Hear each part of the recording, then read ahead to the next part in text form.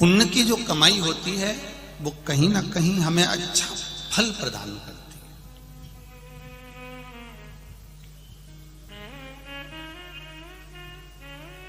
इतने बड़े मालेगांव नगर में, इतने बड़े मालेगांव शहर में कथा हो रही है, आप इतनी लाखों की संख्या में सारे पंडाल आप लोगों ने पहले दिन भर दिया, हमें तो दूसरे दिन की टेंशन है कि बैठोगे कहाँ। तो पुण्य किसको कहते हैं, पुण्य की पूंजी किसको कहते हैं, पुण्य की कमाई किसको कहते हैं? तो शिव महापुराण की कथा कहती है, जब हम 2 कदम चलकर भगवान के मंदिर तक जा रहे हों, 2 कदम चलकर हम शिव महापुराण की कथा तक जा रहे हों, 2 कदम चलकर हम किसी सदगुरु के दरवाजे पर जा रहे हों, कुछ कदम चलकर हमारी विट्ठल तक जा रहे हों, कुछ कदम चलकर हम अपने परमात्मा के पास तक जा रहे हों, शिव पोथी तक, शिव महापुराण तक जा रहे हों, तो समझ लेना कि कहीं ना कहीं हमारे पूर्व के पुण्य की पूंजी एकत्रित हो गई, तो हम यहां पहुंच गए। जब पुण्य का पलड़ा बढ़ता है तब हम भगवान के पास जाते हैं, और जब पाप का पलड़ा बढ़ता है, पाप बहुत ज्यादा मात्रा में बढ़ता है, तो हम जिस माला को भी पकड़े रहते हैं तो हमारा दिल नहीं लग पाता, हमारा मन नहीं लग पाता। हम राम राम जरूर कह रहे हैं, कृष्ण कृष्ण जरूर कर रहे हैं, विट्ठल विट्ठल पांडुरंगा हरि विट्ठल कह रहे हैं, हम शिव नाम श्री शिवाय नमस्तुभ्यम जरूर जप रहे हैं, पर उसका हमको फल नहीं मिल रहा। पाप जब बढ़ता है तो भजन छुड़वा देता है, पाप जब बढ़ता है तो भक्ति छुड़वा देता है, पाप जब बढ़ता है सत्संग छुड़वा देता है, पाप जब बढ़ता है तो शिव पुराण छुड़वा देता है, पाप जब बढ़ता है तो हमारा सत्संग छुड़वा देता है, और पाप जब बढ़ता है तो कहीं ना कहीं हमारे जिनसे जो अच्छे हैं, जिनसे हम पूर्व में से पहले से लगे हुए हैं, उन अच्छे व्यक्ति का संग भी हमारा पाप हमसे छुड़वा देता है और बुरी संगत में ले जाकर बिठा देता है, वो बुरी संगत तक ले जा, ये हमारा पाप बढ़ता है।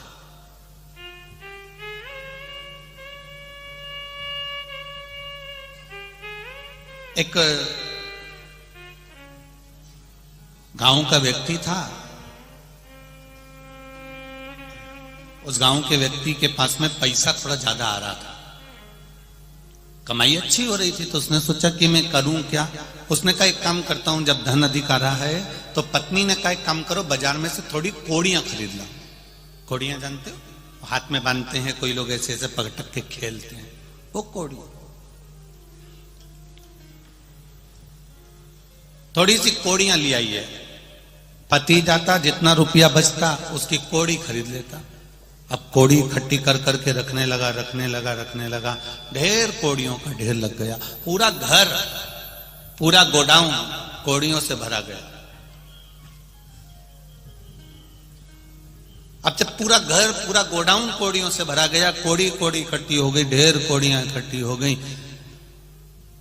एक दिन नगर का राजा बीमार पड़ गया, और नगर का राजा बीमार पड़ा तो उसको देखने के लिए जो वैद्य आए, डॉक्टर आए, उन्होंने कहा इसको एक बीमारी हो गई है, वो बीमारी ठीक करने के लिए कोड़ी लाना पड़ेगी, और उन कोड़ियों को जलाना पड़ेगा, जलाकर उसकी राख तैयार करना पड़ेगा।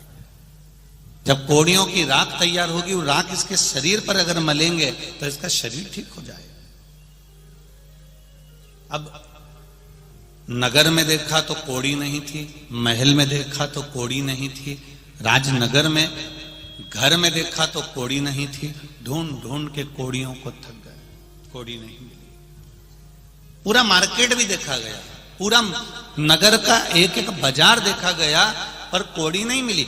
तब किसी ने कहा, एक गांव का व्यक्ति सुबह सुबह आता है, सारी कोड़ियां खरीद के ले जाता है, कोड़ियां उसके यहां मिल सकती है। वो गया उनके पास में, जाकर राजा के जितने सेवक थे उन्होंने हाथ जोड़कर कहा कि तुम्हारे पास में कोड़ियां हैं? उसने कहा है, पर मेरे पैसे से खरीदी हुई है, मेरी पूंजी से खरीदी हुई, मेरे धन की कोड़ियां हैं, मेरे पास में कहीं फ्री की कोड़ियां नहीं, चोरी की कोड़ियां नहीं।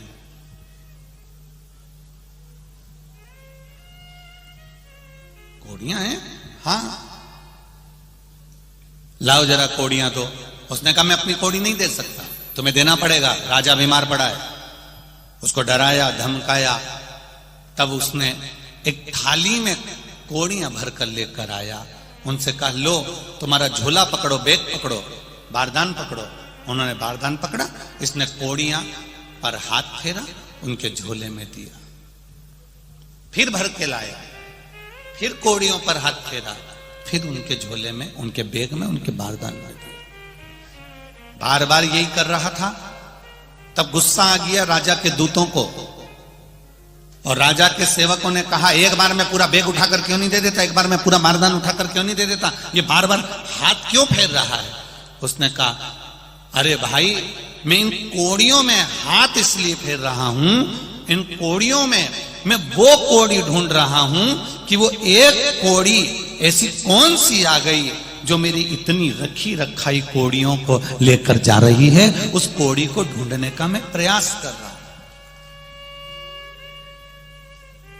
एक कौड़ी हमारे घर में ऐसी आ जाती है जो हमारे रखे हुए पूरे धन को ले जाकर नाश कर देती है।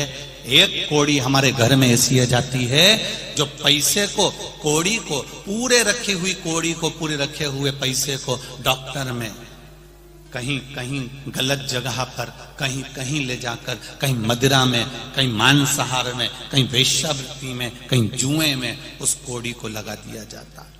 एक कौड़ी हमारे घर में ऐसी आती है जो हमारा पूरा घर बर्बाद कर देती है, और एक कौड़ी सत्कर्म की, अच्छी पुण्य की ऐसी आ जाती है जो हमारे मालेगांव में शिव महापुराण की कथा करवा देती है। ये कौड़ी का फल, ये कौड़ी है।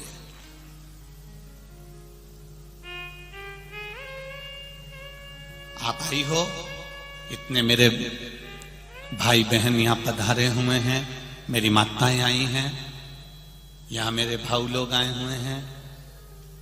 विचार करना आज घर जाते जाते कि तुम्हारे पास में वो कौन सी एक अच्छी कौड़ी आ गई थी जो तुमने घर से चली, ऑटो करा, रिक्शा करा, बस करी, गाड़ी करी, 10 रुपए लगाकर, अच्छी कौड़ी थी इसलिए भगवान के यहां तक आ गई, शिव पुराण तक आ गई। वो अच्छी कौड़ी थी तो यहां ली।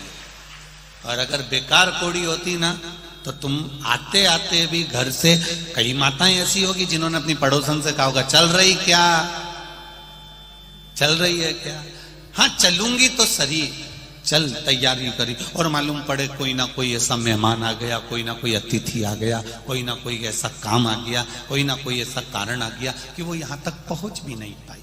तुम आ गए, वो नहीं पहुंची, समझ लेना ऑटो वही है, रिक्शा वही है, बस वही है, गाड़ी वही है, पर उस गाड़ी में बैठने वाला व्यक्ति जिसके पास में पुण्य की पूंजी थी, जिसके पास कहीं सत्कर्म की पूंजी थी, कहीं अच्छाई की पूंजी थी, कहीं नेक पूंजी थी, कोई श्रेष्ठ पुण्य की पूंजी थी, तो वो शिव महापुराण की कथा तक पहुंच गया।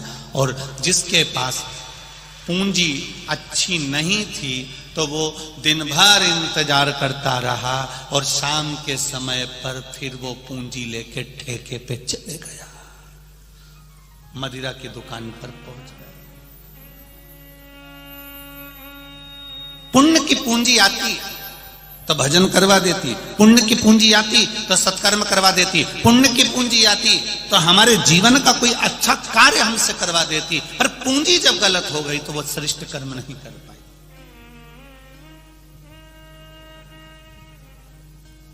मत बुरे कर्म कर बंदे वरना पछताएगा, भगवान की आंखों से तू बच नहीं पाएगा, तू बच नहीं पाएगा।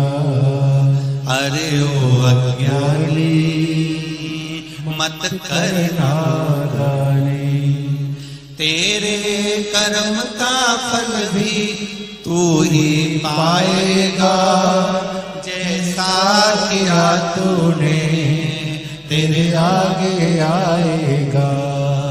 मत बुरे कर्म कर बंदे मत बुरे कर्म कर बंदे, वरना पछताएगा। भगवान की आंखों से तू बच नहीं पाएगा, तू बच नहीं पाएगा। अरे ओ अज्ञानी मत कर नादानी।